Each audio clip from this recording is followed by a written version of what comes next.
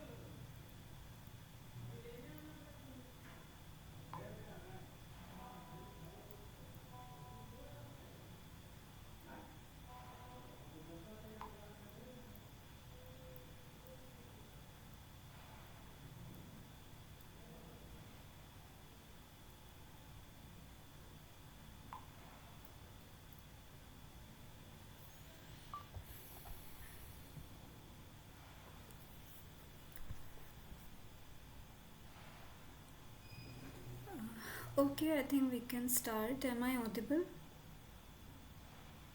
Yes, you are audible.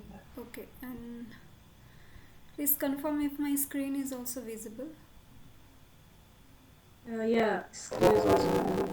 Okay, okay. So I think we can start and people can join in the meantime.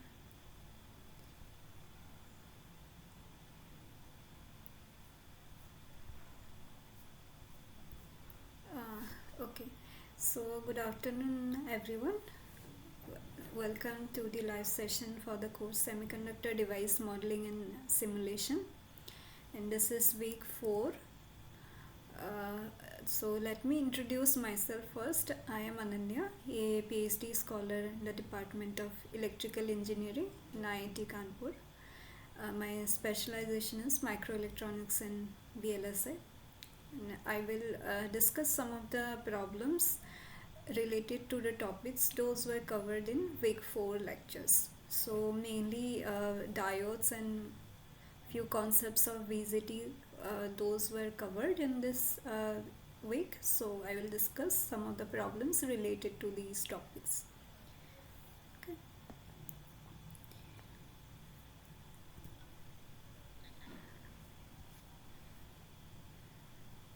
Okay. So this is the first question. The question is, a step graded germanium diode having Nd equal to 500 Na is subjected to acceptor impurities to the extent of 2 atoms for every 10 to the power 8 atoms at room temperature. So what will be the built-in potential for this diode? And Ni is given as 2.5 into 10 to the power 13 atoms per centimeter cube, and the total number of atoms in germanium is given as 4.421 into 10 to the power 22 per centimeter cube. So this is the atomic concentration of germanium. So how we can calculate the atomic concentration, that we discussed earlier also in last session, and then maybe in the first session also we discussed. So I think can calculate these. So let me see how many people have joined. Okay.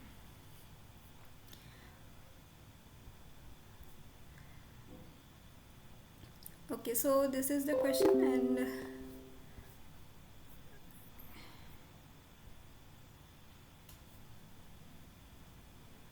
we can give it a try first, because this is a simple question, can be calculated directly, and then I will solve it step by step. Okay.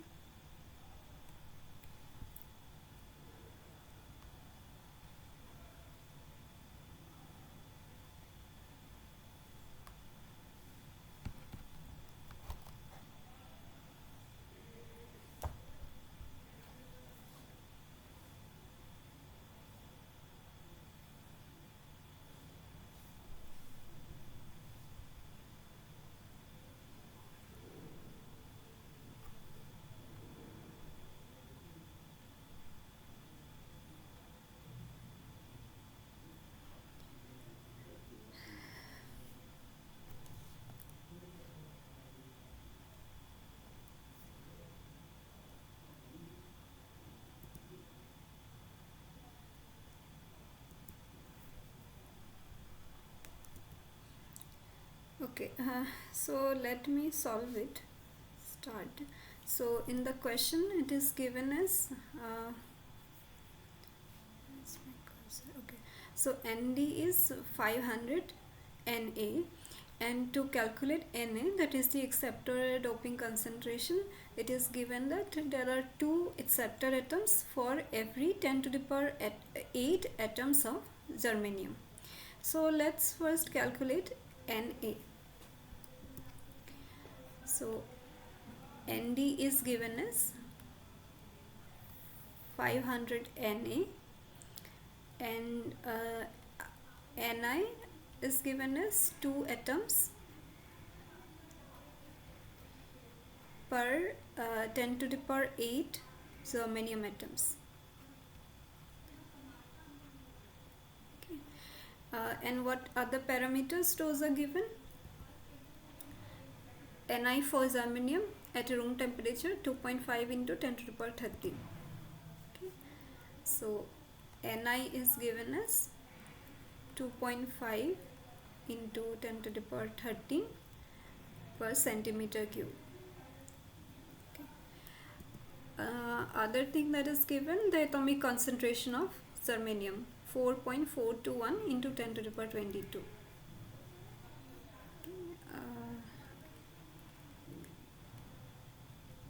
Atomic concentration of germanium 4.421 into 10 to the power 22. So we have already calculated how we can get this number in earlier sessions. Okay. So we have to calculate built-in potential, that is VBI, for a germanium diode. So let's first calculate Na, that is the acceptor doping concentration. So two acceptor atoms in 10 to the power 8 germanium atom. Okay. An atomic density or the atomic concentration, I think it is not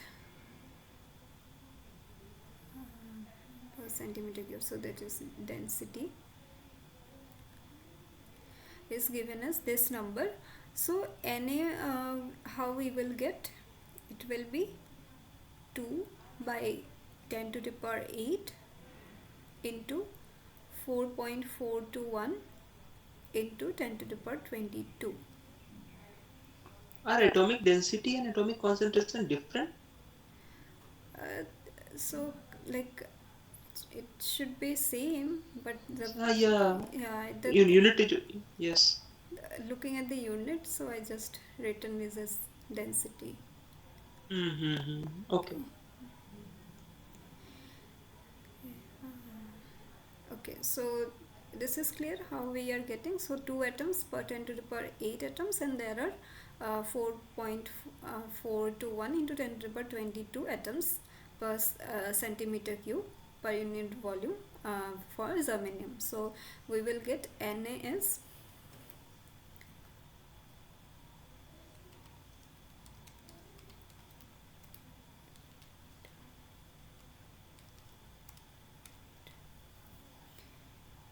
Na is 8.842 into 10 to the power 14 per centimeter cube. Okay. So now we can calculate Nd also.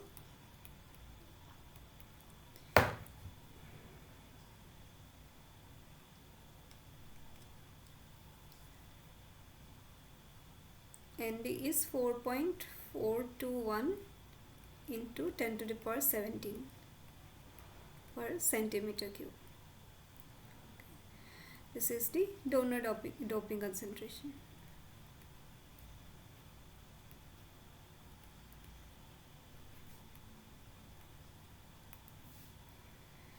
Okay. Ni, we already know the formula for built-in potential.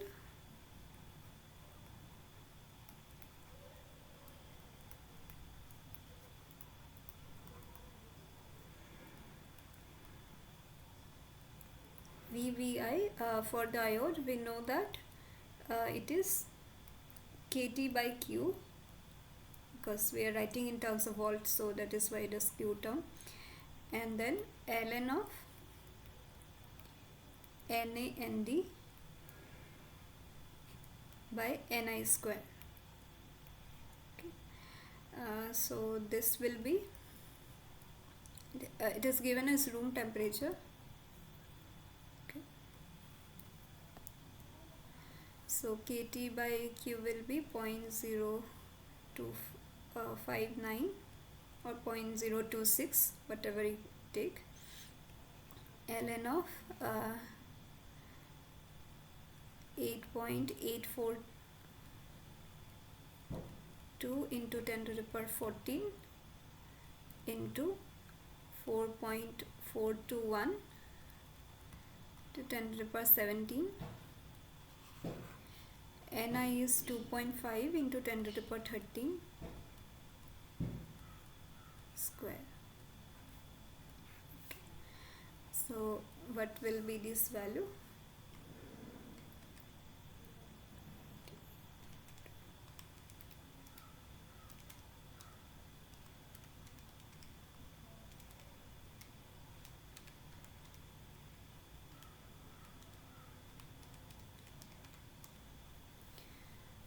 So the answer is 0.345 volt.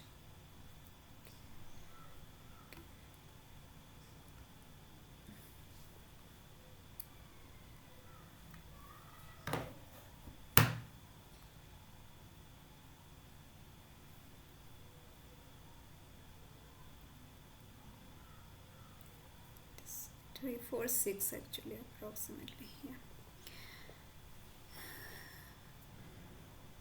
Okay, I hope it is clear. So what will be the answer? We have calculated as 0.346 volt, so it is 346 millivolt.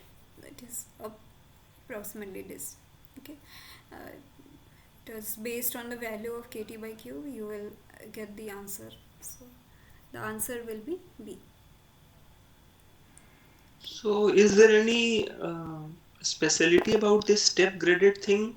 Because we can have other sort of arrangement also, right? Like linearly graded or maybe abrupt PN junction. So, like, can you throw some light about? We have solved this problem by putting the numbers in the formula. Mm-hmm. So, I was thinking if it is different from step graded to some other kind of diode. So, Will that formula work or like I'm not? I think it should so, work or I'm not sure. Yeah. so the general formula we use for Hmm. like if there is a a Mm, difference like right. the concentration Hmm. is different, so Hmm. n of n and p of n, something like that, by ni square. So Right. ln, Right. suppose. Okay. Hmm. So the built-in potential, I don't know, it should depend on the final n, because it should depend on the banding finally. I don't know how the electric field will vary, but the total difference should depends on this concentration difference, right? Yeah, I understood that that will depend on the concentration difference only. Hmm. But yeah, I was The thinking like profile maybe, so yes, yes. yeah, maybe in so suppose an intrinsic layer in between, so the Hmm. banding will be different, but Right. overall the potential difference will have this We'll follow kind this of formula formula. only. Yes, Yeah. yes. So irrespective of Yeah, whether it is let step me graded check or. the linear graded. I think I don't know about other Hmm. type of junction, but linear graded junction, those examples are available. Like yes, it is there in book, but yeah, I forget. Yeah, Yeah, I we also have don't step graded, remember linearly the graded. Ha like ha ha. this two we like, for practical purposes this maybe the graded is not exact, but we often use this kind of assumptions. Right, right, right. Okay.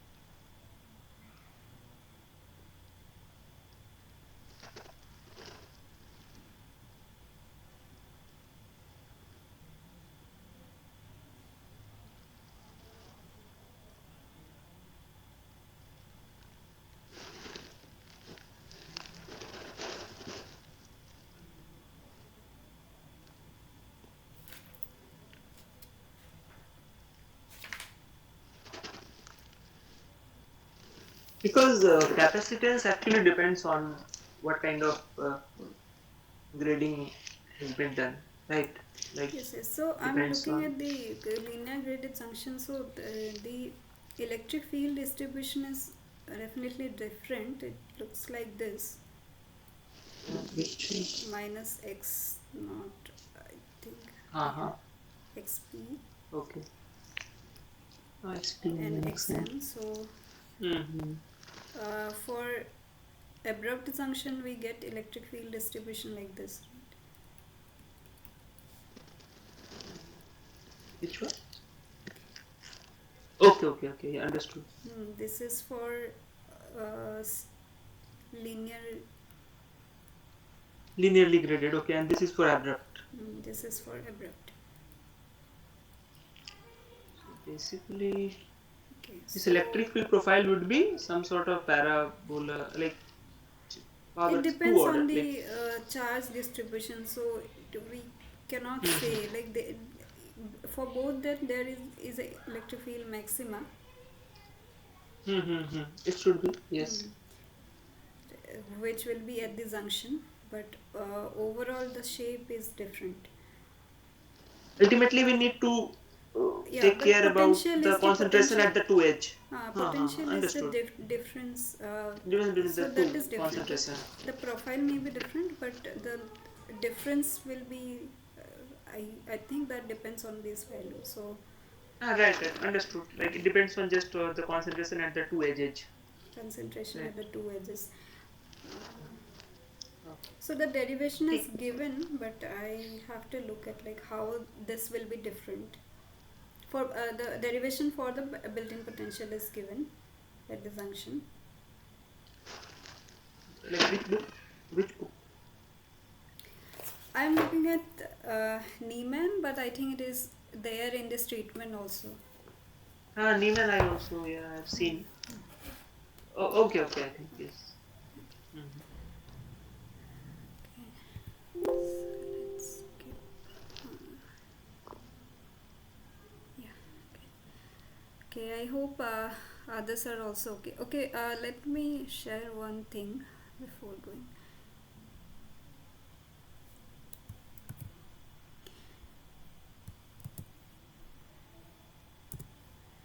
So I'm giving another link. So the last live sessions also I have mentioned that this meeting, if this meeting ends after 1 hour, then use this link. Uh, so use this link only if this meeting does not work, and you can maybe copy this link somewhere, and if the meeting stops, then you can join using this.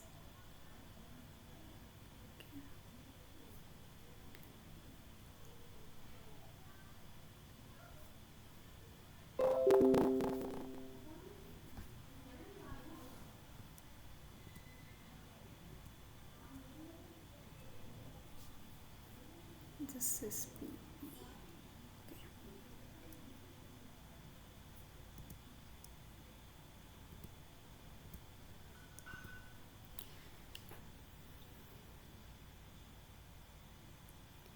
okay.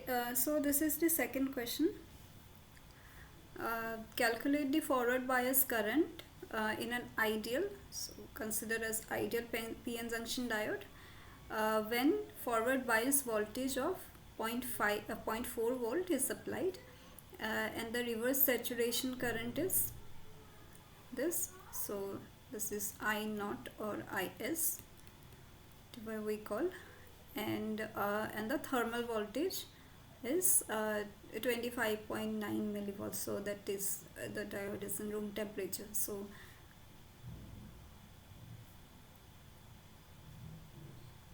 where is my cursor? Okay, 25.9 millivolt. So that is at room temperature. So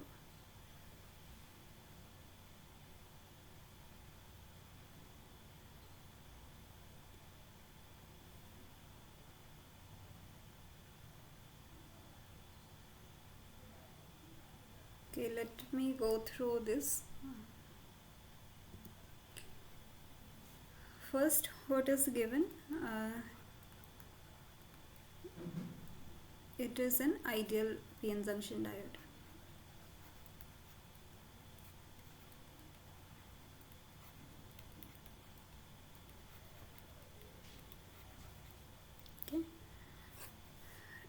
it is in forward bias.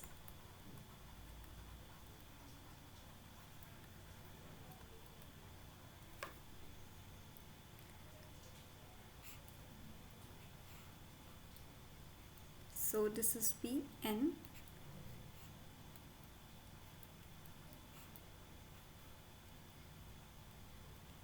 It is in forward bias and a 0.4 volt is applied. Okay, so V applied is equal to V forward bias, which is 0.4 volt. So we are considering forward bias voltage as positive. Okay, and what other thing is given? Reverse bias, reverse saturation current.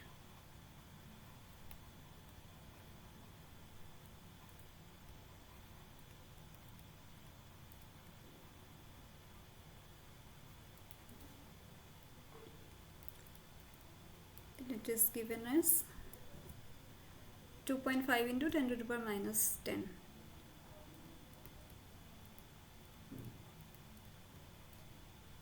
ampere. Okay.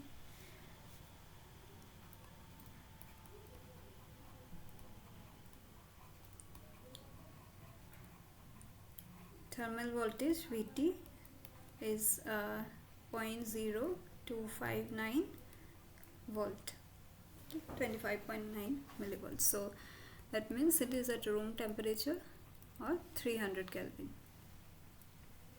Okay. Now the equation for diode current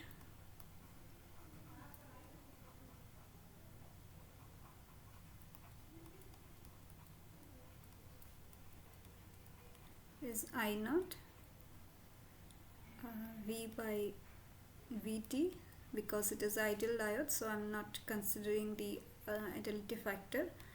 It's -1. So the derivation for this equation and the concept behind this, those were discussed in the lectures. So, and also when we need to consider the ideality factor and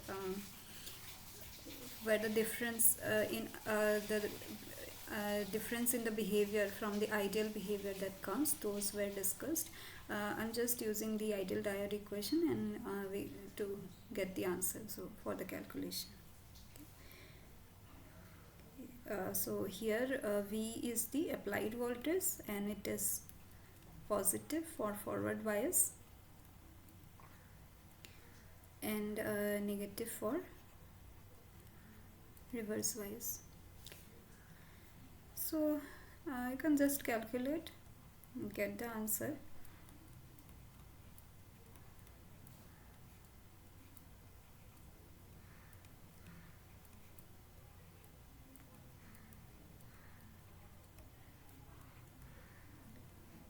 Okay.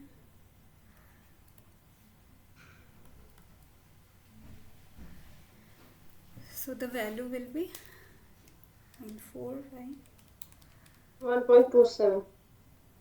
1.27. 1.27 what will be the unit? Milliamp. Milliampere. Milliamp.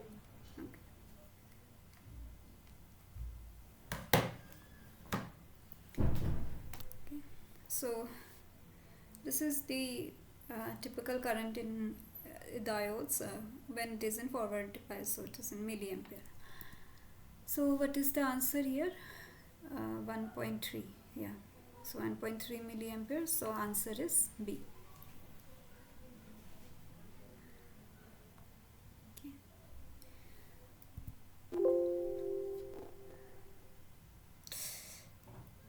Should I get okay? I'll write again.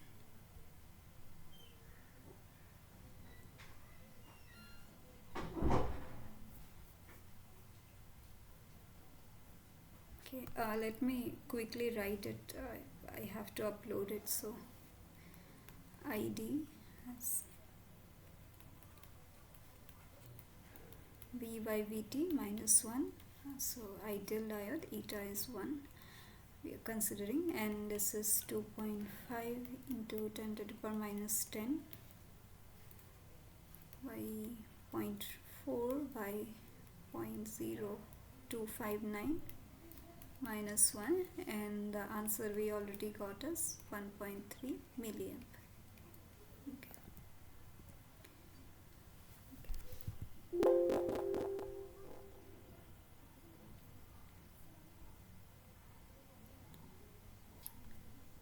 I think, yeah, that's fine.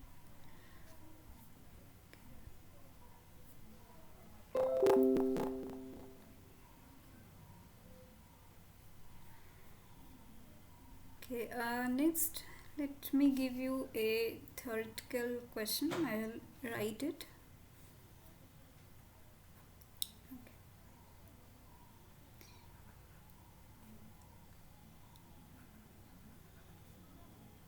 When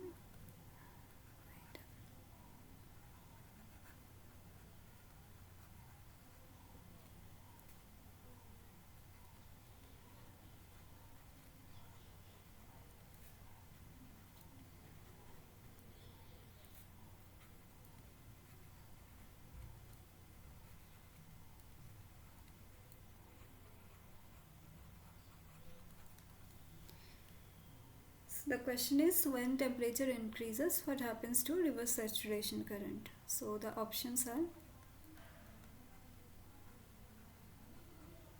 increases,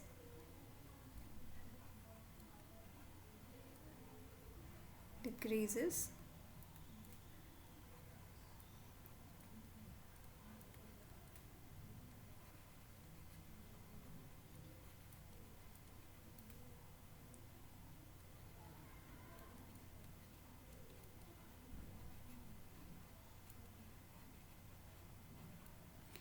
or it does not depends on the temperature.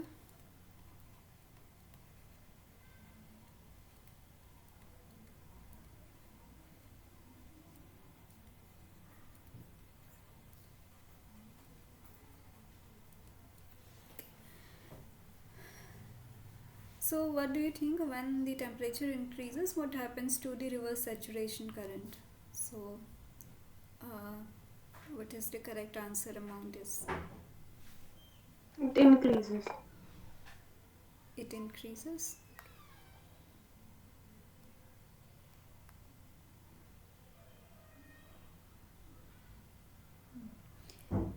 Yes, it increases. So how we get there? So let me explain it. I'll use a different ink. Okay. So what is reverse saturation current? Let me write saturation current density.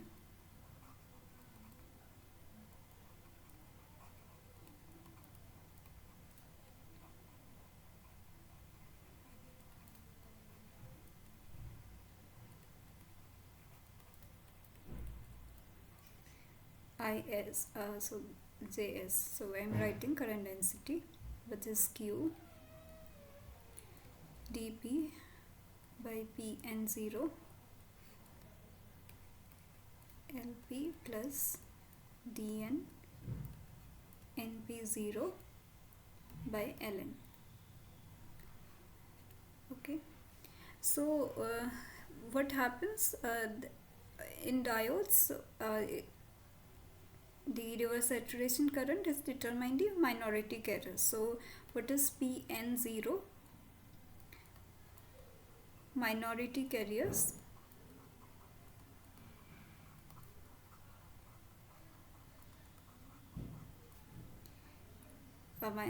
minority carrier concentration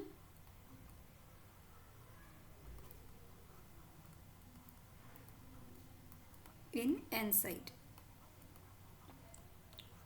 Okay, so that is why it's N, and the minority carriers are whole, so P, that is whole concentration, it is in equilibrium, so that is denoted by N naught. Okay, similarly Np naught is the minority carrier concentration in P side. Okay, and how we get saturation current Is? So we simply multiply Js with cross section area. Okay, so that's how we get. So sometimes it is denoted as I naught also. So we get the saturation current. Now, what so you know dp and lp, what are those parameter, diffusion coefficient and the diffusion length. Okay, so what is pn0 and np0? So these are, so we can write using mass action law.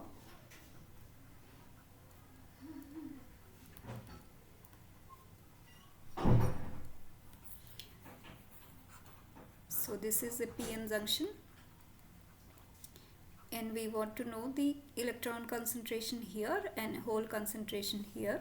So we write as pn0 is equal to ni square by nn0, which is nd. Okay, so here the doping concentration is nd, here it is ne. If we consider 100% ionization, and np0, okay, I think I, okay,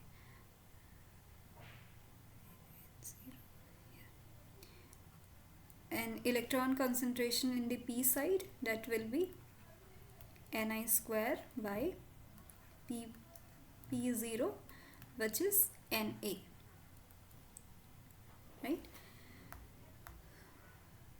So that means this I naught or is is directly proportional to ni square, that is the intrinsic carrier concentration. Okay, if we put this down here. Now other terms are constants here, dp, lp, and these are constants. So ni depends on temperature.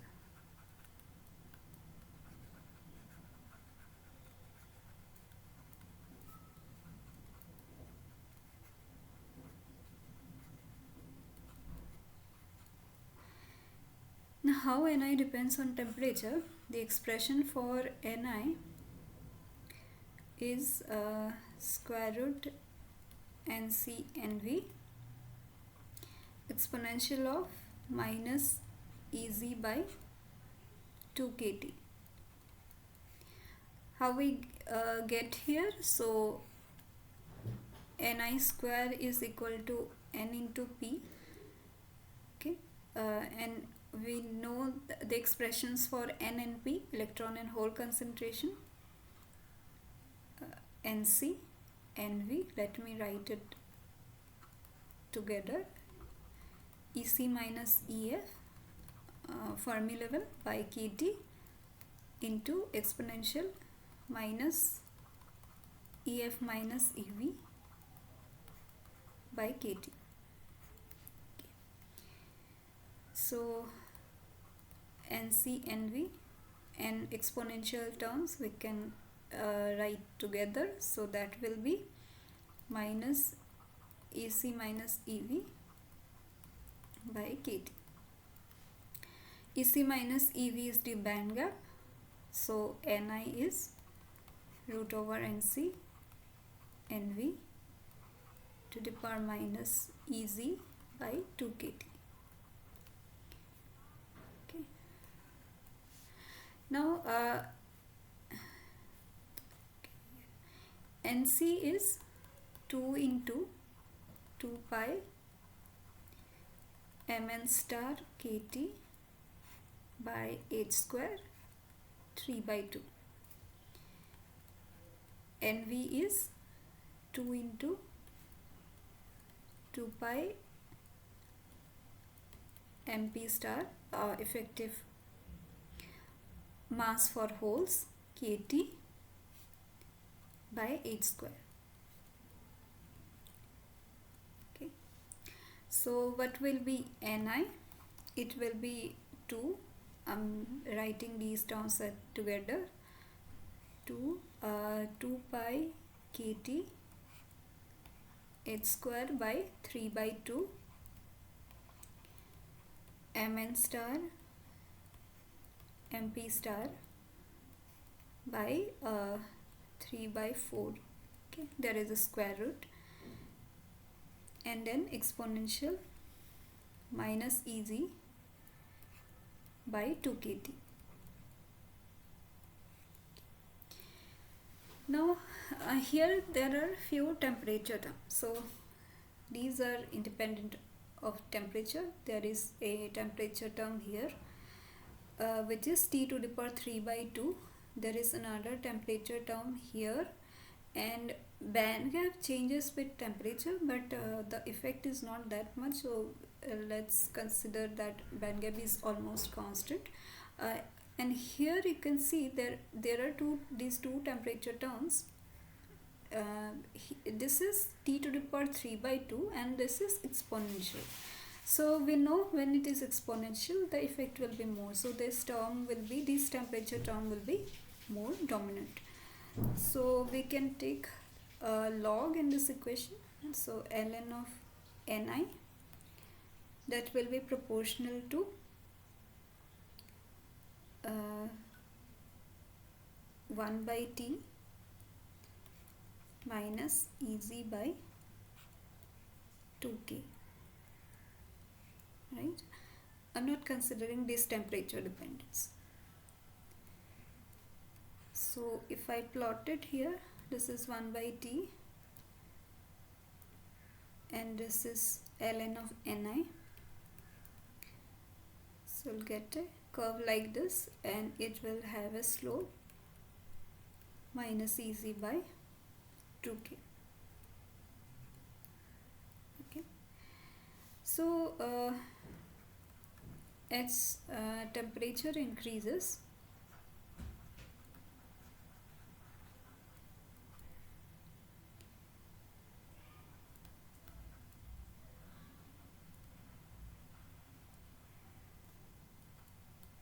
Ni also increases.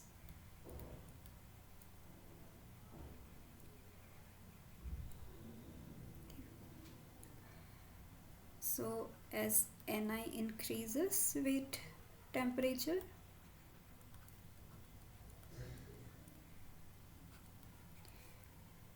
reverse saturation current also increases, because it is directly proportional to Ni square.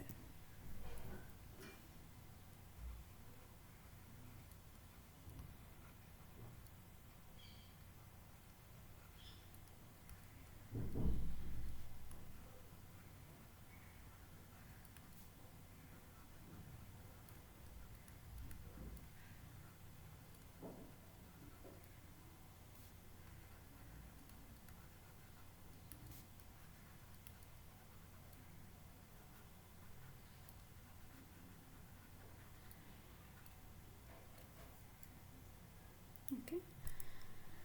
So the answer is A, that is, it increases. Okay, I hope it is clear. So this can also be understood in this way, that with temperature, energy actually increases, so more electron hole pair will be generated, right? More bond will be, uh, Yeah, more electron and hole pair will be generated, so and that's hence more carriers. more Yeah. carriers. And, So I'm okay. like Mm-hmm. going through it from the equation, because Quantitative point of views. quantitatively, because you Okay. can see there are many temperature terms here. Hmm. So Exactly. Okay. which one is dominant? So it can be Hmm. exactly understood from By this kind this of equation. equation. Right. Yes. Yes. Yes. Okay. Okay. Okay.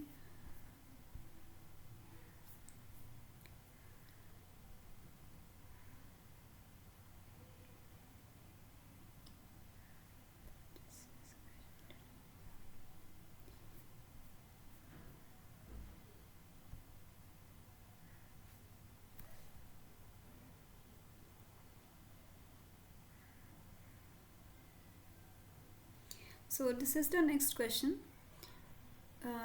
So this is on breakdown. So select the option that is true regarding the following two statements. So avalanche breakdown is reversible, while Zener breakdown is not reversible. Avalanche breakdown can be reversible if we put a series resistor in a diode. Okay. So this breakdown, this topic was covered in one of the lectures, but I will go through the concepts again. Let me go through this again. So there are this breakdown happens in reverse bias when diode is in reverse bias. Okay. I'm only drawing the reverse bias characteristics. So this is the breakdown voltage.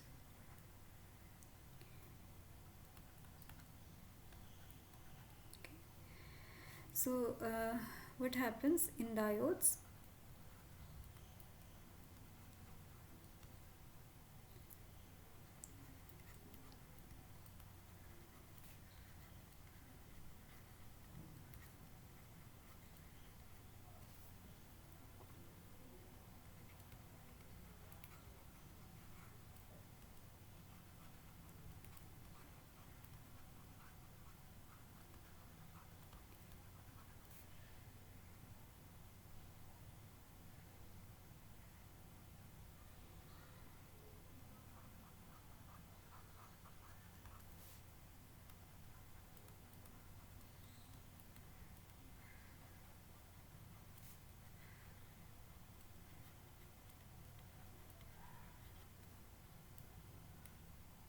So what happens in diodes when it is operating in reverse bias? So the reverse bias current, which should be ideally constant, or I mean ideally zero, so that will increase rapidly at certain reverse bias voltage, and that voltage is known as breakdown voltage.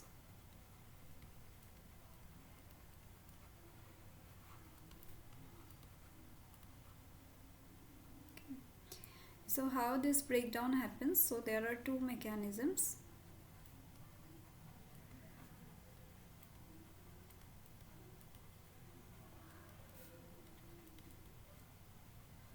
First one is the Zener effect.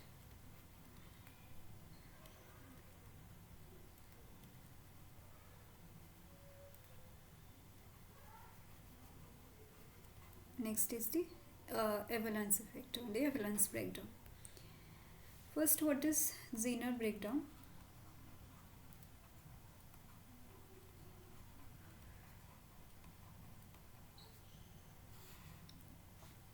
So what happens in Zener breakdown? So this is the band diagram. This is P side and N side. And at certain bias voltage, so this is VBI plus VR, reverse bias voltage, and this is energy band diagram, so this is multiplied by Q. This is the difference between these two levels, EC. Okay, and there will be EF here and EF here. Now in Zener breakdown, so there will electrons from this side, so there are many electrons here that will tunnel to this side. Okay, there are empty states for electrons here. Okay, so this happens in highly doped PN junctions.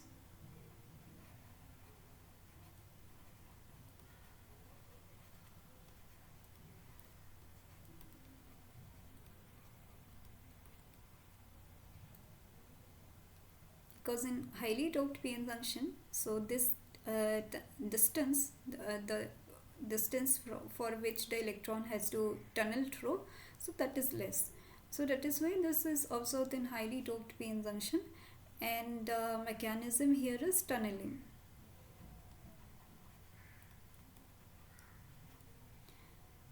When some of the topics of quantum mechanics will be covered, so maybe tunneling will also be covered there. So basically electrons will tunnel from P side to N side. Okay, so that will give rise to a large reverse bias current. So electron from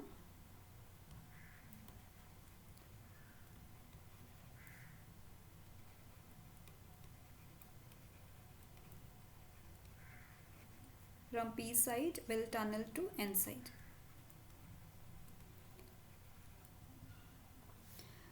So this is the mechanism for Zener breakdown. Okay.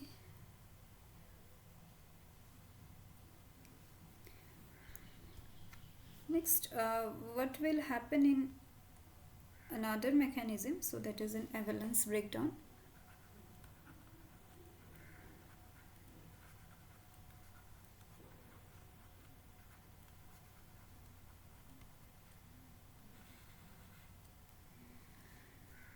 So what happens in reverse bias?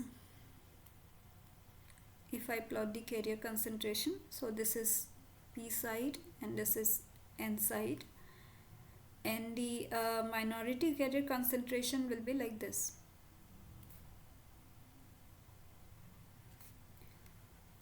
This is the minority carrier in p side, it is the hole, and this is pn, that is the minority carriers in n side. So this is these are the holes, so these are electrons. Okay. And there is an so this is the space charge region or the depletion region. This is under equilibrium or under some bias?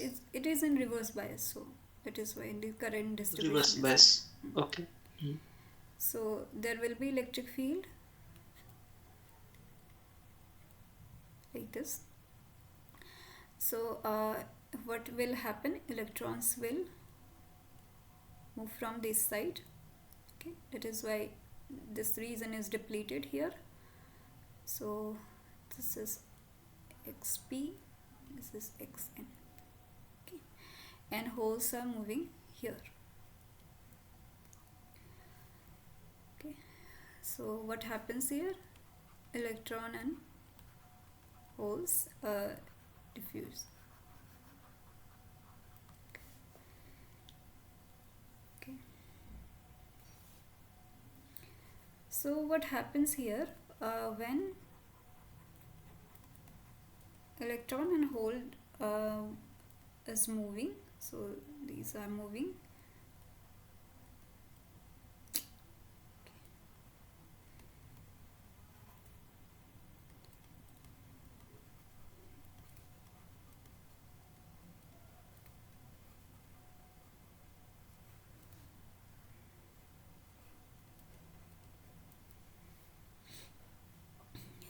So these electrons and holes will acquire energy because of this electric field.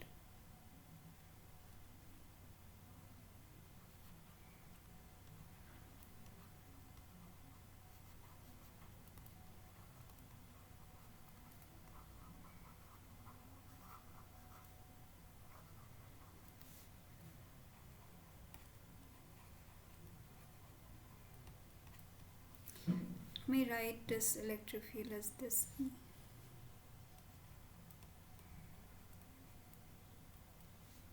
Okay.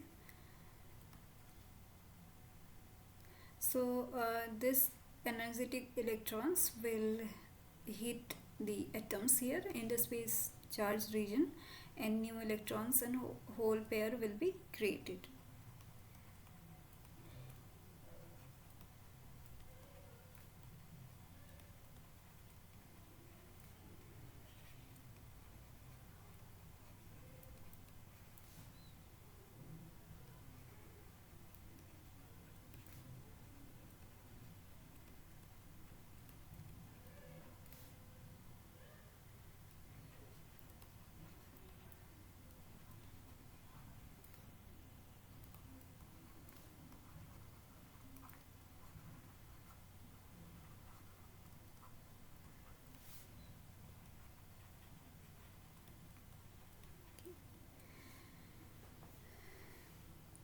And this process gets multiplied, like one electron will create an electron and hole pair, and that will again create another electron and hole pair.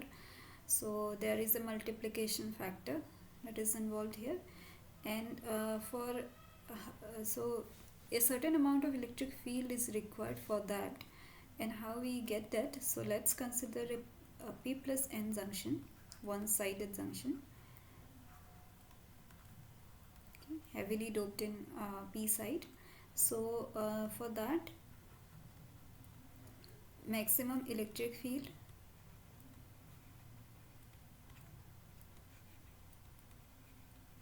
which will be at the metallurgical junction, that is at the interface of the p-n junction, so the junction.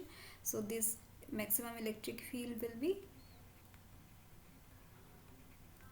so I'm just writing the formula here, the expression. So that will be q nd xn by epsilon s. So this is the permittivity of the medium. Okay, and the expression for depletion width,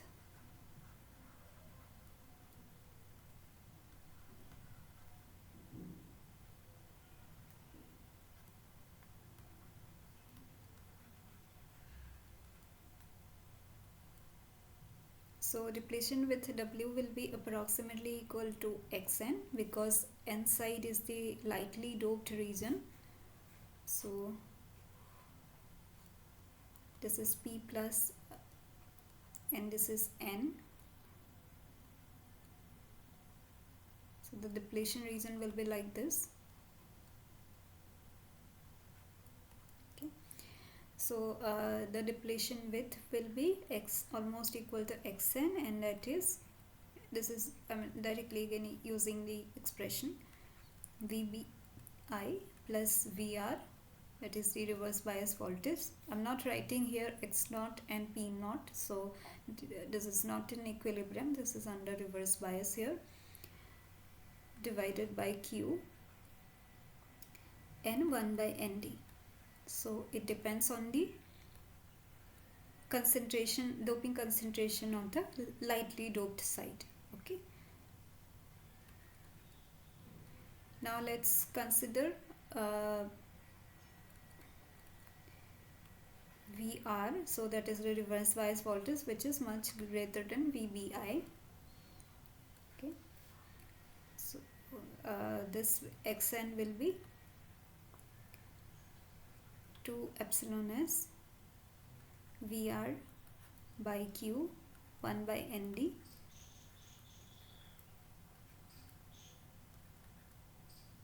Half. Okay,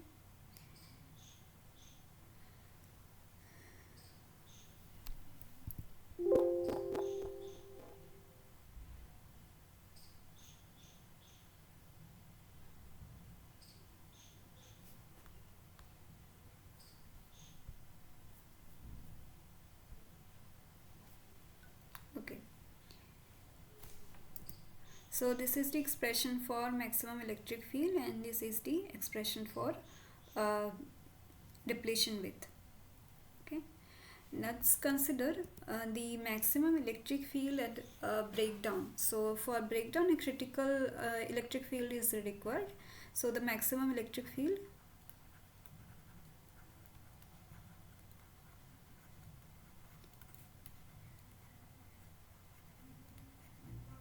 at breakdown, so E max is equal to critical electric field, that is what we call. And so for that, if we use these two equations, you can go through it by later, but I am directly writing what is the expression for reverse bias voltage, that is the breakdown voltage at reverse bias. Okay, so VR will be, which will be equal to breakdown voltage, this is equal to epsilon s critical field square 2qnd. Okay, you can simplify the two equations and get this expression for breakdown voltage. So now breakdown voltage we get is inversely proportional to the doping concentration Nd. So this is for P plus N junction. Okay,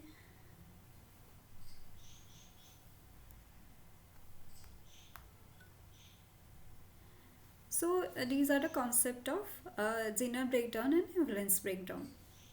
So what happens? वो अनन्या वो Just a question. It was written somewhere. Is avalanche breakdown reversible? Was that I am some coming to that. Okay. coming to? Okay, okay, okay, okay. Okay. So typically, what happens in a breakdown? This happens as low voltages. So it was observed that it happens generally at less than 5 volts. So this is in reverse bias. So you have to consider the appropriate sign, but I'm writing as the magnitude here. Okay, and this happens on in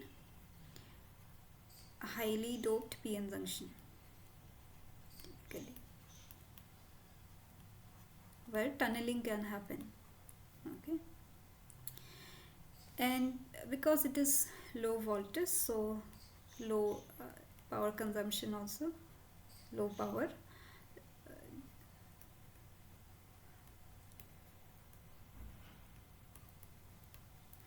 and it is usually not destructive.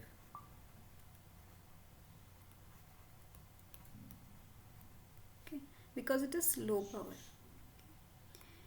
What happens in avalanche breakdown, because of the multiplication of carriers, so this generally happens at a high voltage, and a large current. Okay, because of the multiplication, large reverse bias current,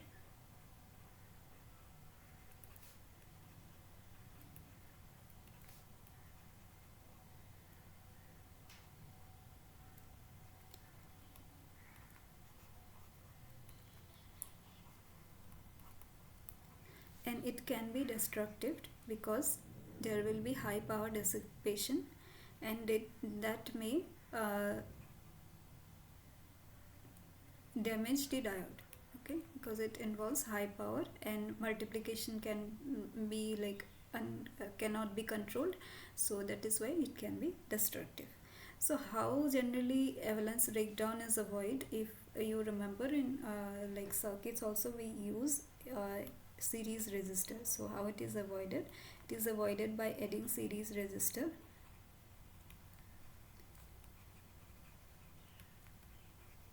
along with the diode. Okay, so if this is diode, and certain amount of voltage drop will be here, and there certain amount of voltage drop will be here, so that is how the electric field will be reduced.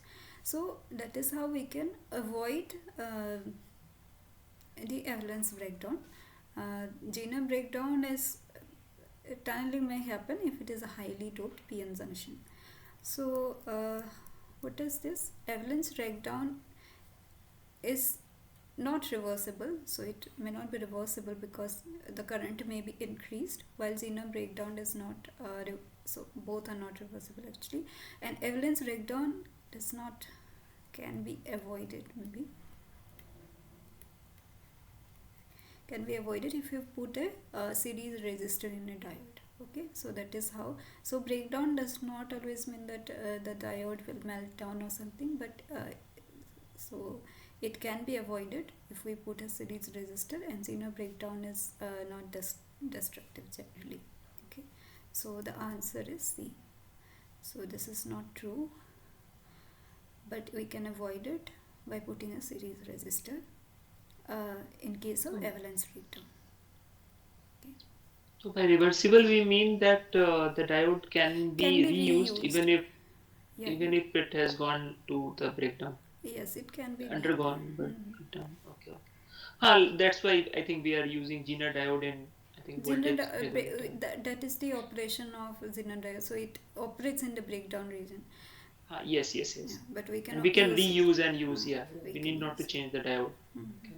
But if the Yeah. current is very high, then so the power dissipation will Ha. be more. So the diode may be Yes, yes. damaged. It may be burned. May get damaged. Yeah, burn. Yes, of course, of That is course. why in Yeah. general we check the data sheet for diode, and then we add a Rating. series Right. resistor along with the diode, so that we can control, we can change this resistor and control the overall current flowing through this diode. So, Mm-hmm. Right, right. Okay.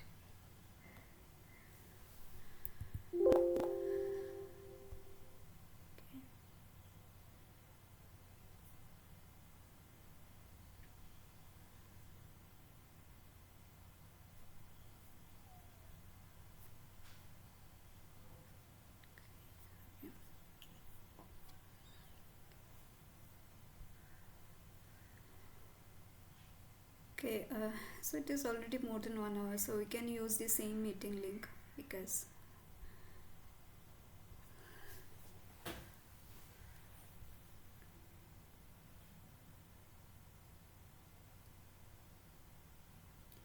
so this is the next question. This is the IV characteristics of a diode, silicon diode. It is given in the question. What is the dynamic resistance of the diode at ID equal to 15 milliampere? So this we can calculate directly from the graph.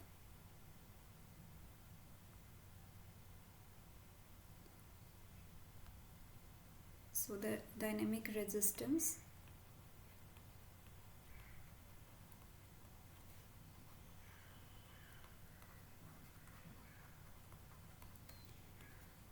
is given as del V by del I. So we can check this graph. So it is given as 15 milliampere. So we will calculate around that value. So del V is 0.8 minus 0.7 and 20 minus 10. So this is in volt and this is in milliampere. So thing is 10 to the power 3. And the unit is ohm. So 0.1 into 10 to the power 3 by 10. So this will be 10 ohm. Okay. So what resistance is, this is the reciprocal of the slope.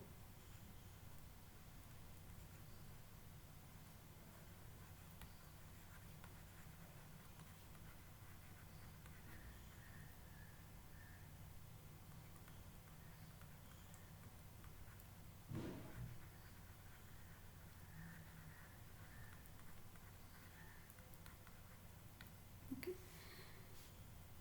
Okay.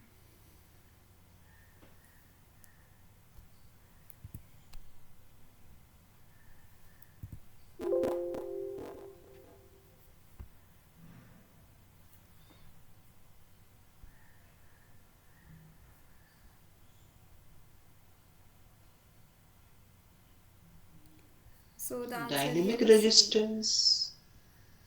Okay. Okay. This is from the Where IV do we? characteristics, and then for Huh. small signal model also there is I think from circuit points are Right. given here, other Yeah. resistances. Okay. No, I was thinking like from dynamic resistance, where do we find that you use? Because maybe in circuits they use, right? Or maybe In in circuits. making some circuit. Huh. Because from device perspective, just formula dynamic resistance. Yes, yes. In circuits, Mm. there might be used. So Ah, there we possible. do small Possible. signal modeling and other. Mm. So is there other kind of resistance also? Like there is dynamic resistance, another is I think for DC resistance, like right? I forget. There was two There resistances, was two resistance, right? but I don't remember now. Like here we take the difference between the 2 points, and there I think AC resistance was there, right? I think AC and DC I think in resistance. small signal model that is what we are Ah, okay, mentioning okay. as AC. Yeah, So let me check AC. also. There I think we take a slope at one point and then find. Okay, I think yes.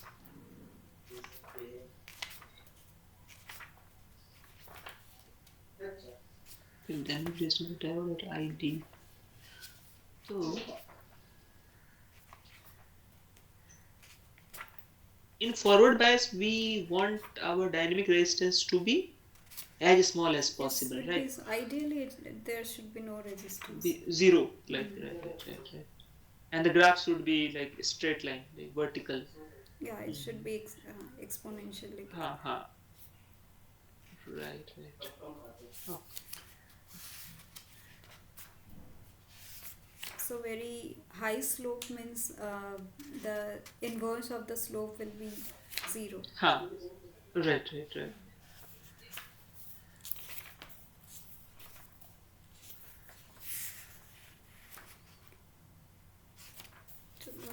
where the small signal module was there.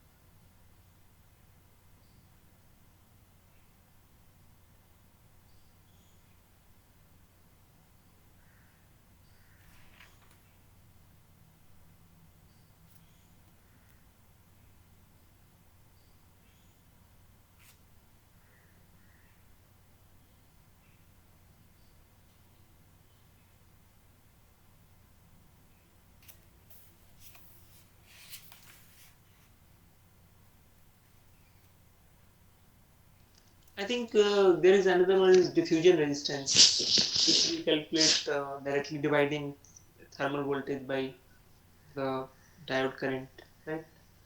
IDQ. Yeah, that there are two diffusion resistance. I VT by IDQ. Mm-hmm. It is given. Okay. So that is So we directly we can calculate, just. and that comes from I think this only DID by dVA applied bias. Reciprocal Okay. of the incremental uh, conductance. Okay. Mm-hmm. Okay, I think just I was thinking what exactly Hmm. are these uh, resistances, like Yeah, this because dynamic resistance. Huh. I have also done those small signal modeling and other calculations Huh. in Huh. circuits course, but Mm-hmm. uh, so decided long back. So few things I also don't Ah. remember. So Ah, this. yes, yes, I can understand. Yes, Mhm. just yes. Okay. So this I was looking at mostly from device point of view, Devices point of and view, yeah, understood. There, yeah, okay, okay. Like when we say diffusion resistance, so there should be some physical connotation there, right? hmm, Like when minority carrier moves, it will find it difficult, right? And that's yeah, what we call it quantitatively as diffusion resistance, diffusion right? resistance. Something of that, like okay, okay, it's fine. Okay, I will also look into those. Okay. Mm-hmm. Okay.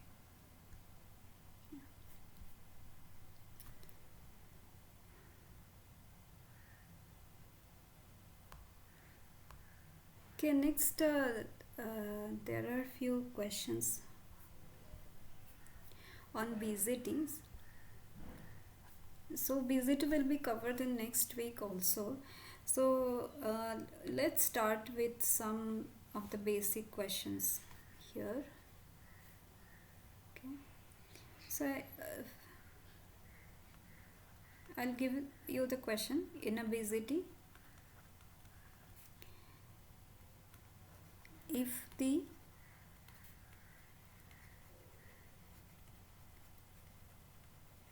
collector base junction is forward biased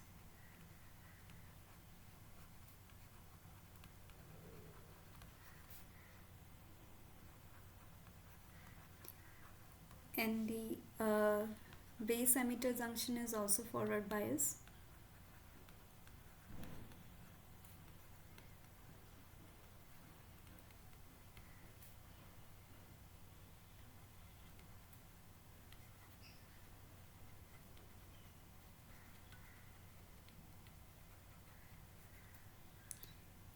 so which reason the BZT is in operating?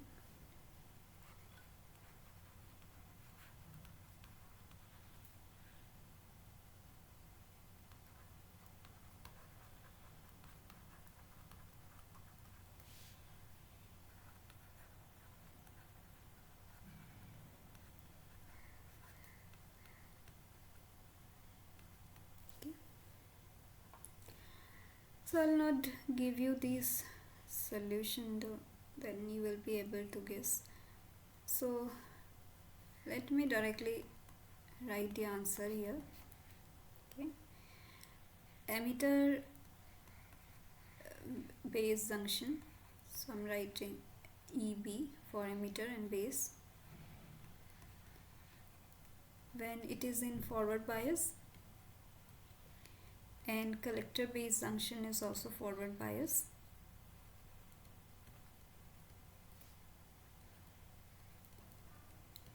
So here BJT is in operating in saturation region.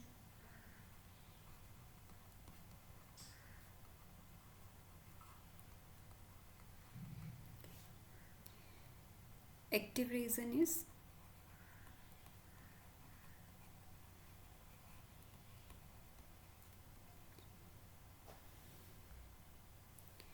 it is when emitter base junction is in forward bias,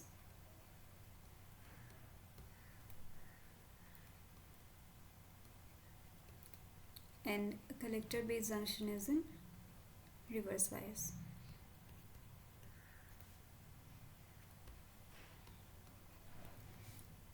Similarly, we can have reverse active region where collector base junction is forward biased and emitter base junction is in reverse bias. And another we have is the cutoff region where both the junctions are in reverse bias.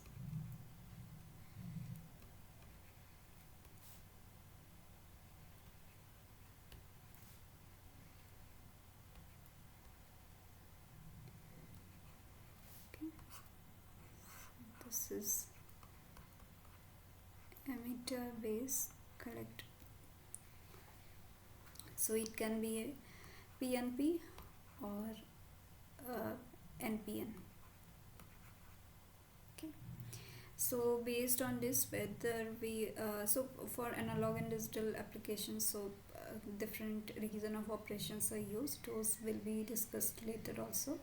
Uh, so whether it is used in logic circuits or in as an amplifier, so based on that different bias conditions are used. Okay. So when both these are forward bias, then it is the saturation region. Okay. Next, I will discuss some of the questions related to BZT. So this is one question. For a BZT, the common base current gain alpha is 0.98 and the collector base junction reverse bias saturation current is ICB. So this is actually collector base junction. So this is ICBO. It is given as 0.8 microampere and this BZT is connected in a common emitter mode and operated in active region. So that means emitter base junction is in forward bias and collector base junction is in reverse bias. With a bias current IB is 15 microampere. So what is the collector current IC for this mode? Okay. So there are three different modes, common emitter, common base and common collector. So this is in common emitter mode. Okay. So let me go through this question. Let me consider a PNP transistor.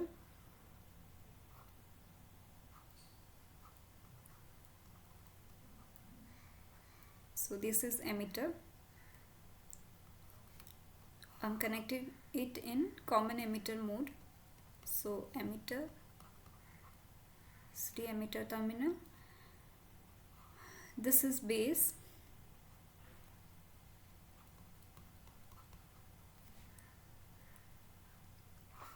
And this is collector.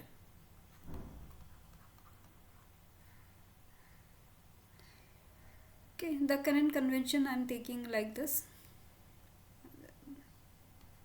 So I'm not sure whether this currents will be positive or negative, but I'm just considering it like this for the time. So this is the emitter base voltage. Okay, this is forward bias, so I'm writing as EB. Okay, NVEC. Okay, and in the question it is given as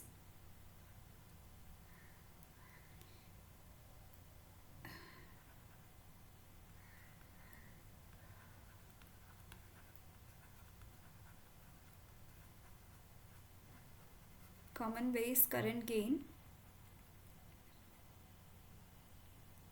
when it is common base mode. Current gain alpha is 0.98,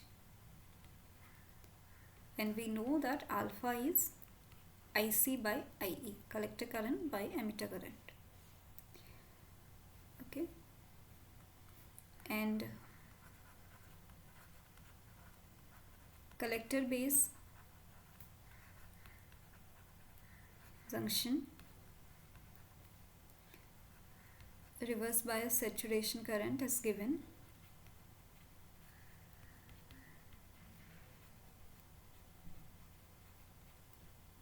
which is ICBO, is given as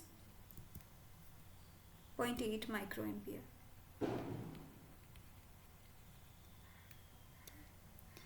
And IB is base current is given as 15 microampere. Yeah. Okay. What is ICBO means? This is the reverse saturation current when emitter is open. So I think you are familiar with these terminologies. Okay. Now here what we have these two equations, IE equal to IC plus IB. Okay.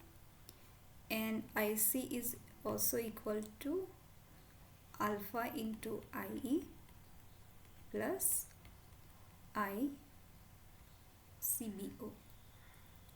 Okay, I think you are familiar with these two equations.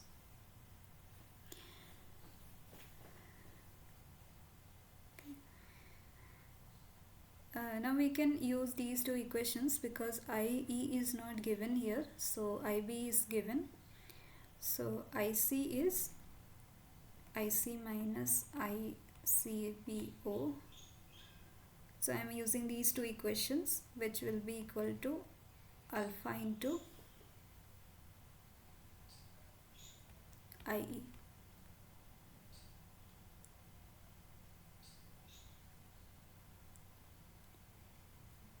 Okay.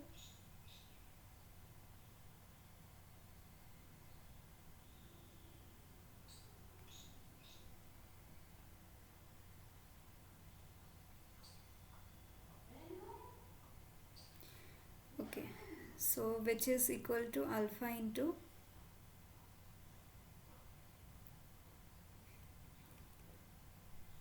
IC plus IB.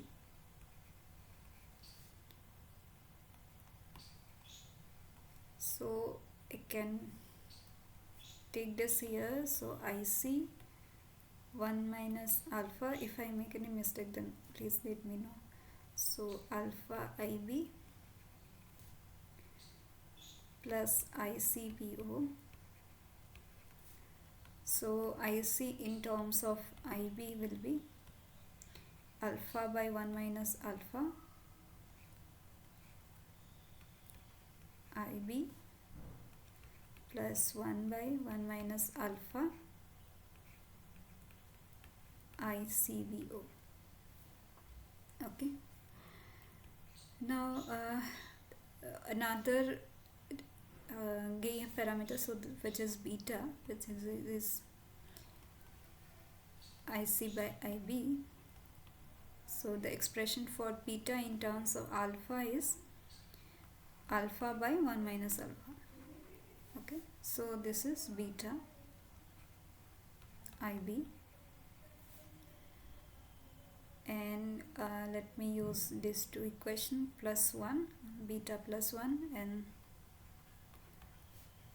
I'll add plus 1 here also, so it will be 1 minus alpha by 1. So this will be beta plus 1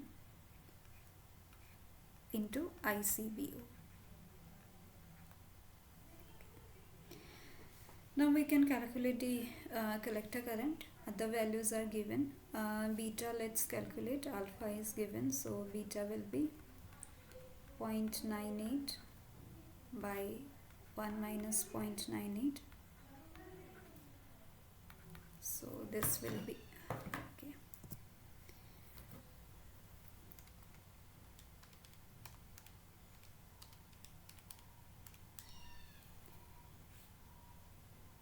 $49.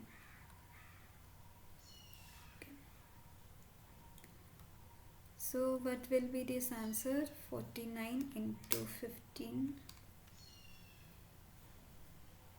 735 plus 50 into 0.8,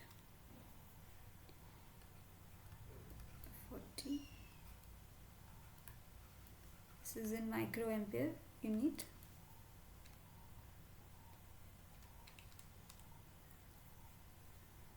So the answer is 775 microampere.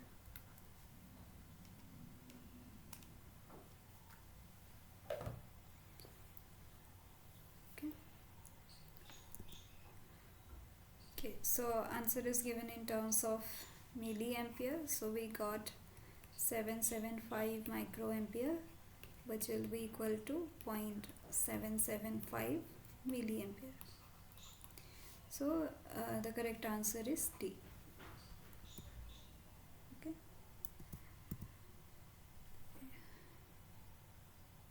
I think it is clear. Okay, this is for common emitter configuration. And this equations I'm directly using, and the formula for IC in terms of IB and beta is this: beta IB plus 1 plus beta into ICBU. Okay.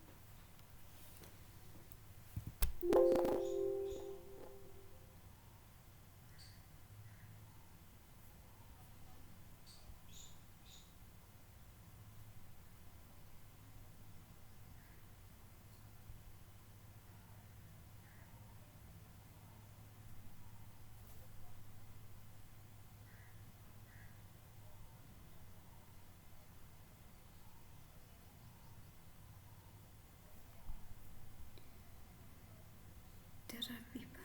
Okay.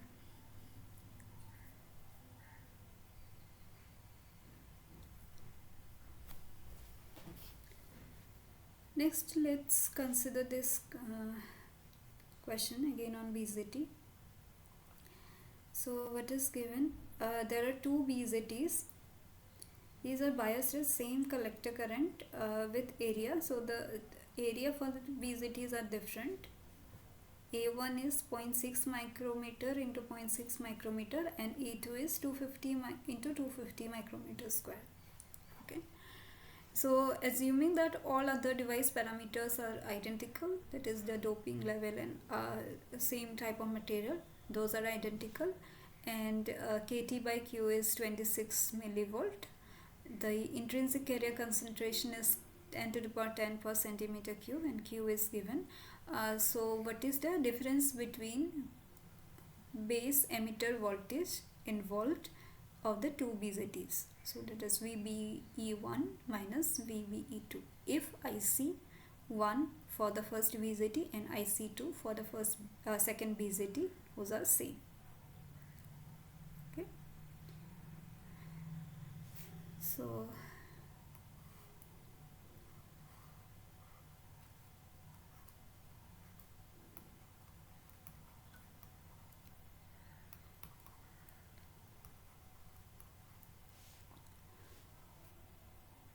what is given in the question?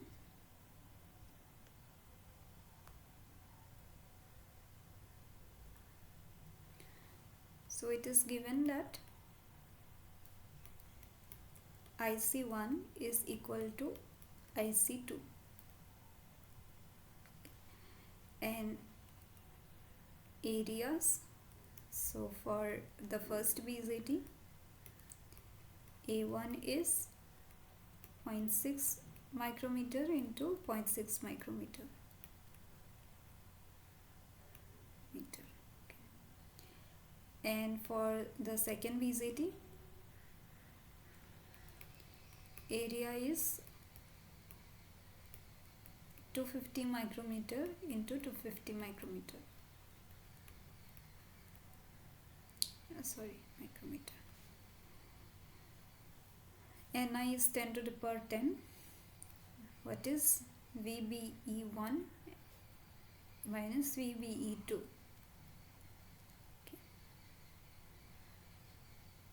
It can be NPN or PNP transistor. I'm just drawing it for a reference. Okay. Now, what will be the collector current?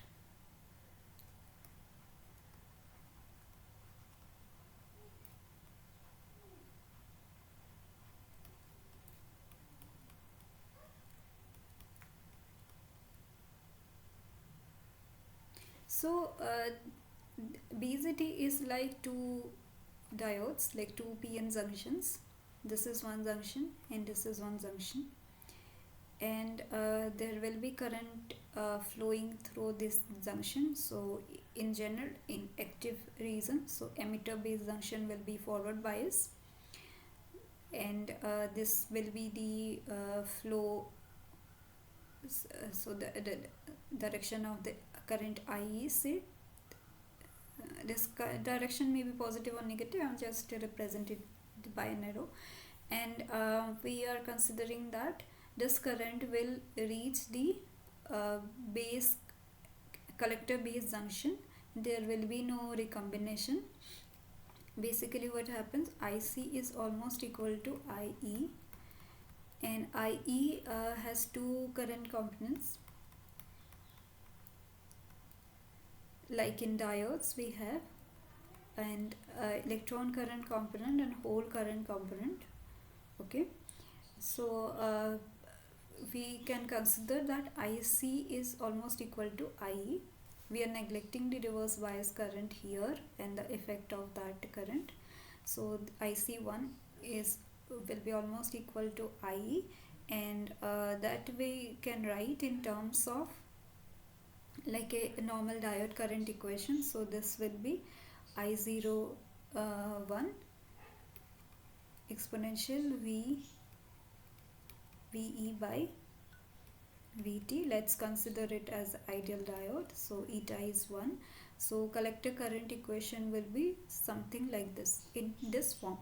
So that depends on the applied voltage VBE and this reverse saturation current that is for this junction. And we are neglecting few things like any recombination and other things. Okay, but the format will be like this for the collector current. We want this current to reach from this junction to this junction. Okay, similarly for the second BZT also IC2 will be have similar form, I02 exponential. So let me write it as VB1 and VB2 by VT minus 1.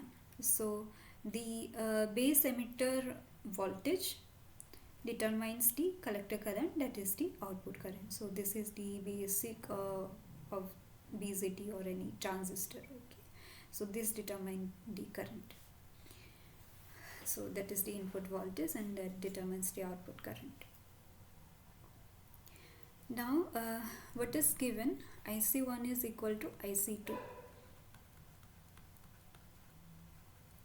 So let's take ratio I01 exponential VBE1 by VT minus 1.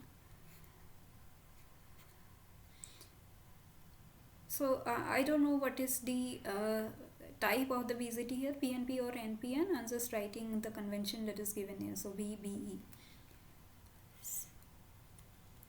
and this is divided by IC2, I02 EVBE2 by VT minus 1. this is equal to 1. Okay, everything is okay, like, I hope so. Okay, now I01, that we can write as in terms of current density, J01 into area exponential VBE1 minus 1, and J02 A2 exponential VBE2 minus 1 equal to 1. Okay, now the J naught, the general expression for reverse saturation current, is dP by Pn0 Lp plus dN by Np0 and Ln. Here in the question it is given both the BZTs have same device parameters, so these are equal. Also, since we are neglecting the base current, that is IC, we are considering as almost equal to IE, and generally the base is lightly doped, so we can neglect one of these terms, whether depending on whether it is PNP or NPN transistor. So but the point is here is that all other device parameters are same for the BZT. So J01 and J02, these two are same, but the areas are different. So A1 by A2, this will be e to the power VBE 2 by Vt minus 1 by e to the power VE1 by Vt minus 1. Okay, so from this expression we got this.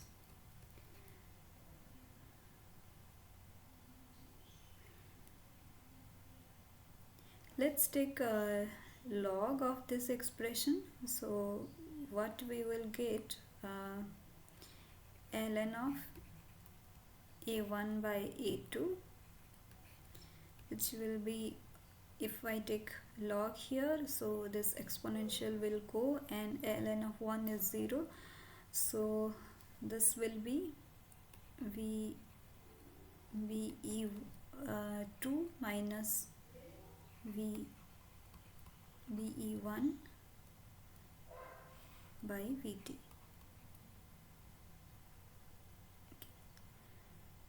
Okay, if you take logarithm here, you will get this equation finally.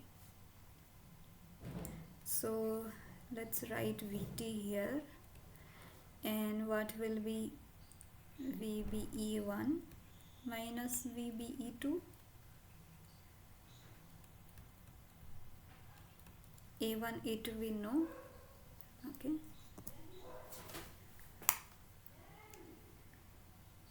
let's write A2 by A1 because VBE1 is more, so 250 into 250 by 6 into 0.6.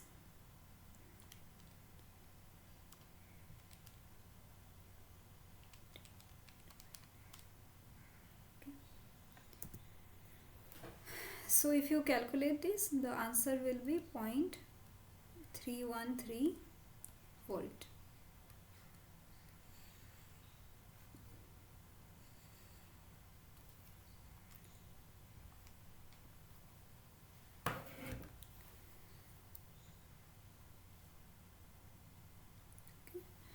So suppose there are two transistors and we want to flow the same collector current through it, same current through those two transistors, but they have different area of cross section. Then we need to apply a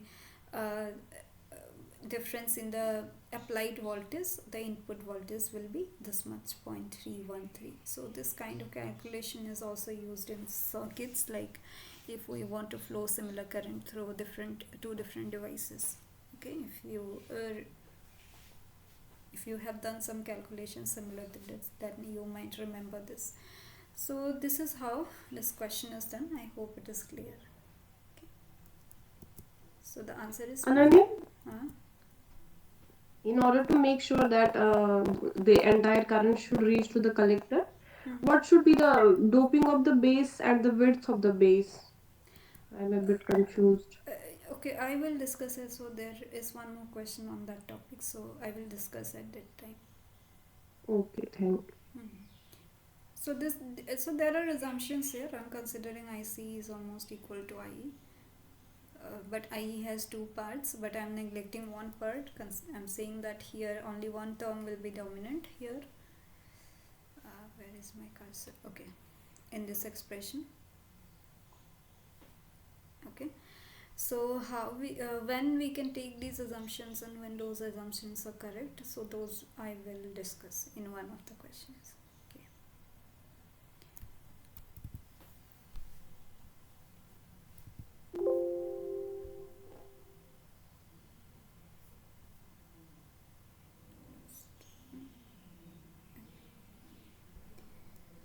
So here the answer is E.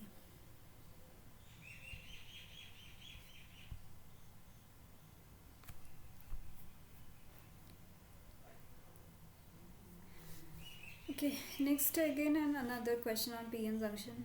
I should have kept it earlier also, but let's go through it.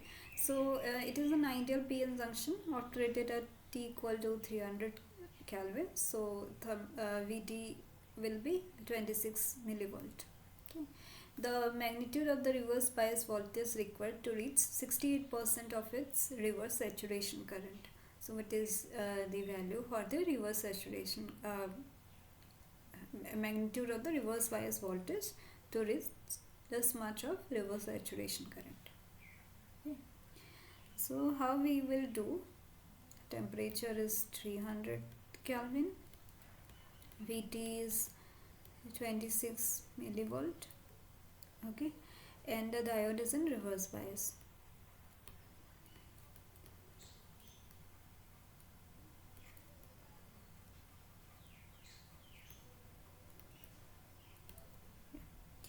And we know the diode current equation ID is equal to I naught exponential V by Vt minus 1 for ideal diode. Okay.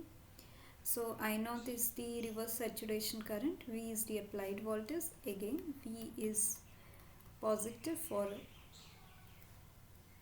forward bias, and if V is negative, then we can say it is in the reverse bias.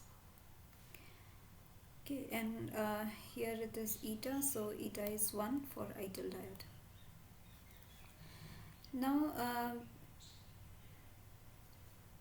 so the device is in the diode is in reverse bias. Okay, and what is given, the magnitude of the reverse bias current is 68% of his reverse saturation current. Okay, so you have to be careful here with the signs. So in reverse bias, the direction of the current, so this equation is valid for both forward bias and reverse bias, but you have to use the correct sign for reverse bias. Okay, so in the direction of the current is opposite in reverse bias, so the magnitude is 0.68%. So I'll write is here, this is 0.68 I naught. So diode current we are considering forward bias, it is positive, so it is 0.68 I naught. It is in reverse bias, so that is what required, and exponential V applied. If we take the correct signs, then we should get the applied voltage as negative, so that will indicate that it is in reverse bias, right? So eta is already 1 and it is 26 millivolt and minus 1. Okay, so this gets cancelled and we can calculate V applied, which will be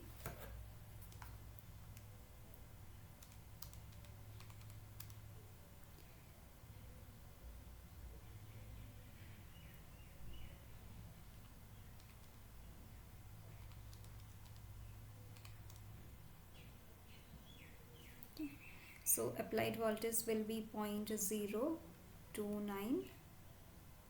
6 volt. So you can see it is in reverse bias, so we are getting the applied voltage as negative, which is minus 20 yeah 29.6 millivolt.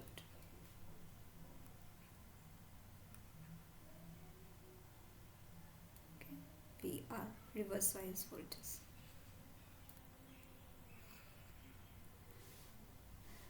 Okay, so the correct answer is C.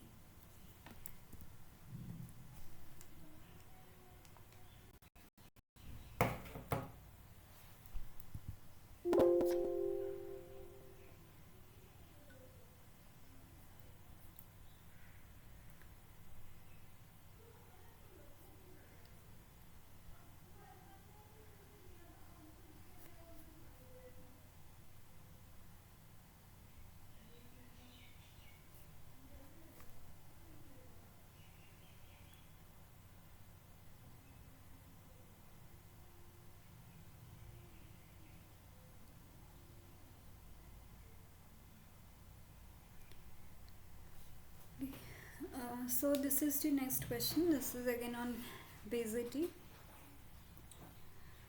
So it is given that in a uniformly doped basicity, assume that NE, NB and NC are the emitter, base and collector doping concentration in atoms per centimeter cube respectively. If the emitter injection efficiency of the BZT is close to unity, which one of the following conditions are true? So this will give this will clarify some of the doubts that was asked earlier. So uh, what do you think, what is the answer here?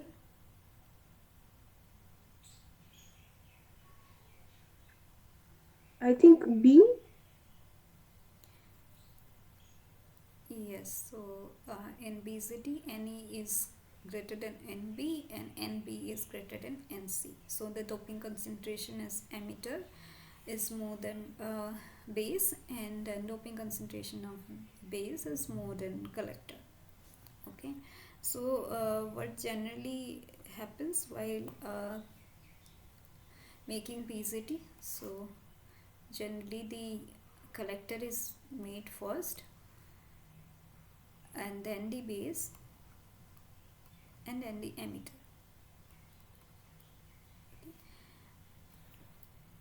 So and the doping concentration increases,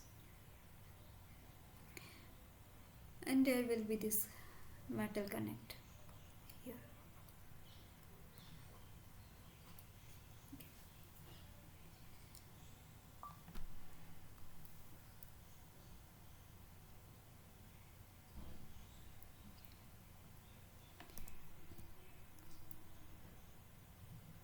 Now to understand this, let's consider a NPN transistor. Same is true for PNP also. I'm just considering an NPN transistor. This is emitter, this is base, and this is collector, and we are using in active region. So emitter base junction will be in forward bias. Okay, so I'm applying a negative bias here, negative voltage here, and collector base junction will be in reverse bias. Okay,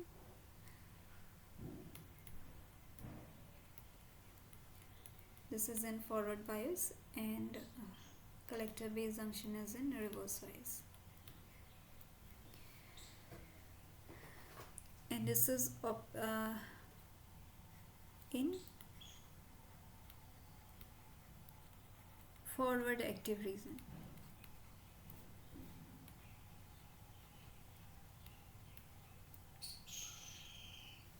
Okay, so actually this devices are like this. So this is emitter,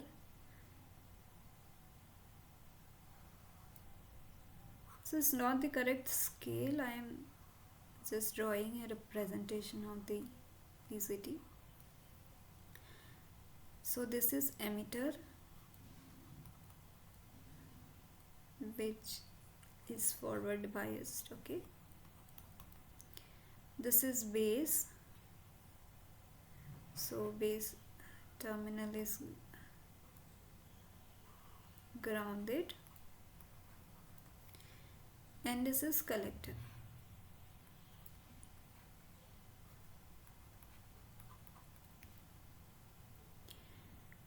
This is N, this is P, and this is N. So emitter is highly doped, so I'm writing as N plus. Okay, so right, there will be flow of electrons here, okay, in this junction because it is forward biased. And let's consider that the electrons will reach here. There will be no recombination in the base region. Okay, so there is no recombination in base region, and whatever electrons or electron current is flowing through this junction will reach the base collector base junction also. There is another current because of holes. Okay, holes will move like this, and because the concentration, the doping concentration of the base region is less, so this whole current is also less, we are considering. So this is a N plus P junction.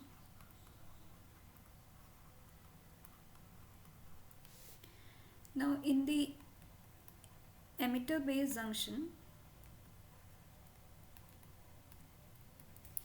so the current is electron current plus hole current, like we get in normal PN junction diode. Okay, and we know that the diode current equation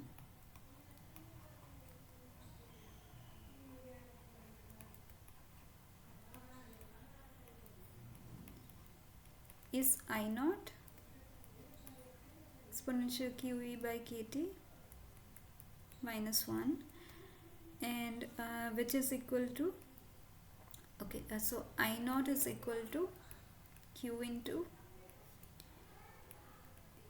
dP by Pn naught by Lp plus dN by Np naught by Ln into area. This is Q dP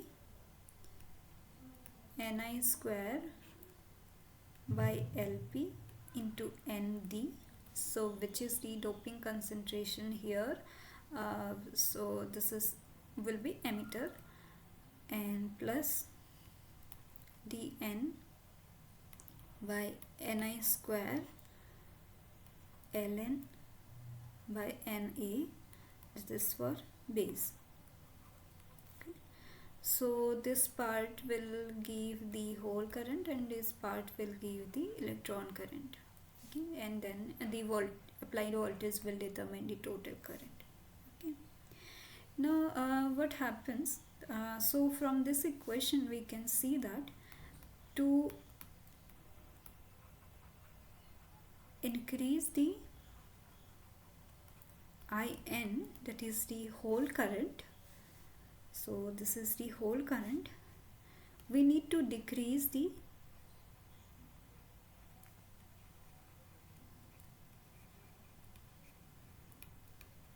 doping in P region. Okay, so that is why we make the we want more electron current and that current to reach this junction, so we make the doping concentration here in the base region as less. Okay, so so the minority carrier current mainly depends on the doping concentration in that region, so that is why we keep Na as less than Ne. I mean ND of E. Okay, so that is why this is the first part. Okay, we want to apply a very small base current, which is mainly uh, this whole current, and we want to get a large collector current, which is mainly IN. So that is why we keep this condition like that. NA is very greater than NB. Another thing is that in the question it is given the emitter injection efficiency of the BJT is close to unity. So what is emitter injection efficiency? Emitter injection efficiency is denoted as gamma, which is equal to IEN by IE. Okay, electron current by total current. So IEN by IEN plus IEP, and it varies between 0 and 1. Okay. So we want to get higher emitter injection efficiency, the whole current should be low.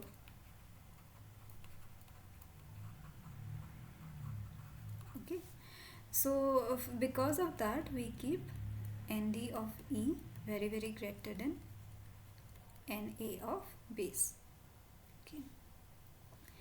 Another reason is that what is the relation between NA of B and ND of C, the collector and base doping relation? What we generally get, the doping concentration is B is greater than NC. Why? So the collector is generally lightly doped.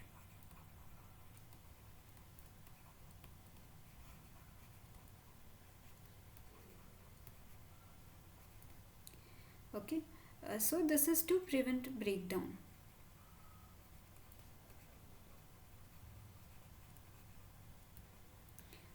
What happens, we apply a reverse bias voltage in the collector base junction. Okay, so this is emitter, base and collector, and this collector base junction is reverse bias, so there will be a depletion region. Okay, and the size of this base is generally kept as small. So this is the effective base width, so which is the total width of the base minus the size of the depletion region. Okay, so the depletion region, and Actually, Ananya, your screen is not visible to me. Is it for others also? No, it's fine for me. Okay, but okay, maybe there is some issue. okay, can see the writing. Anyone confirm the writing is visible, right? No, writing is not visible. For Like me, I you write something now. I think I can confirm. Yeah, is it visible? I'm just making lines. Yeah. It's completely visible for me. okay. I will then disconnect and join again maybe. Oh, yeah, you can try it. Okay. Okay. So here the W is the effective base width.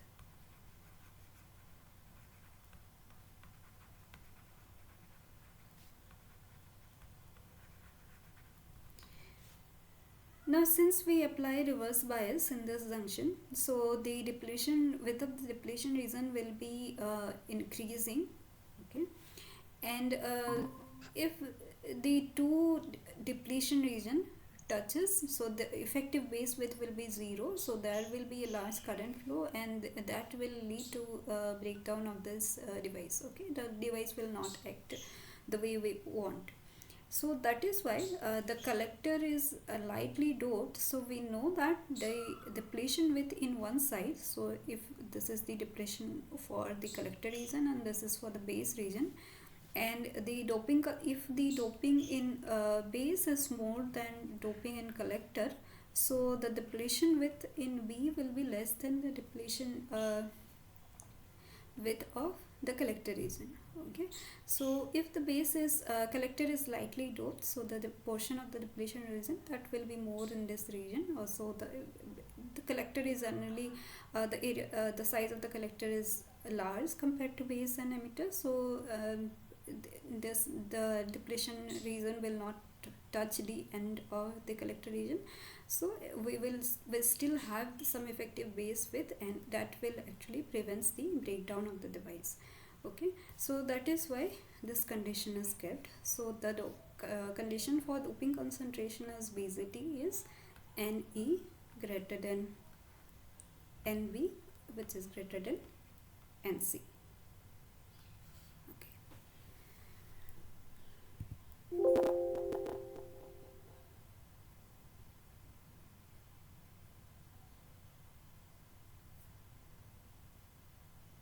I can't see. Okay, so that is why the answer is B. I hope it is clear. I think it is already time, so if you have any quick question, then you can ask, or we can end the session here.